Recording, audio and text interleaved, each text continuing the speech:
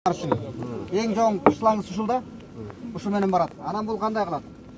Мисалы, азыр фермерлерде суу булагы ылдый болот го. Же болбосо скважина, негизи скважинадан алынганга расчеттолгондо. Анан мотопомпа коюлду. Мотопомпа коюлган себеби мисалы электричество бардык жерде жок да, тала жерлериндечи. Анан мотопомпа сороп туруп айдайт давление мененчи. Давление менен келгенде бул центрофуга деп аталат. Бул жерин карасаңыздар капталдан кирет түтүк. Bunun sebebi de kaptaldan girgende su çimirlet.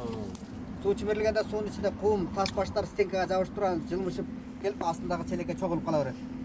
Эртең күн ал толгондо капкагын ачып туруп тазалап коет. Ана мунун ичинде бул түтүктүн уландысы бул жерде мындайынан чыгып турат да, мындайнанчы.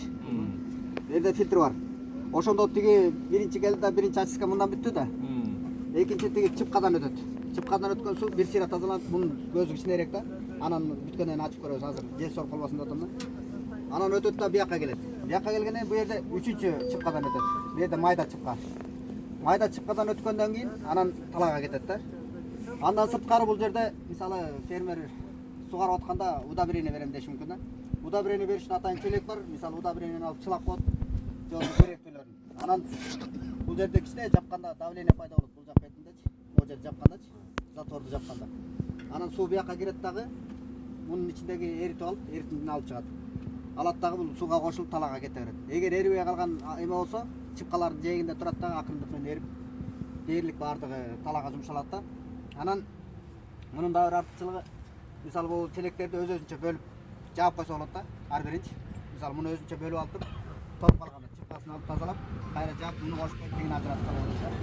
Ошентип иштесе болот. Анан мунун эң дагы бир эмеси мына мобильный кылдык.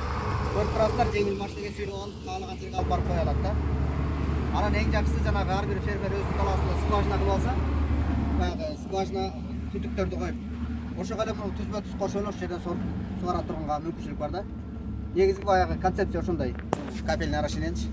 Эми иштегенин көрөлүкпү? Негизинен айтылгандар ушулар.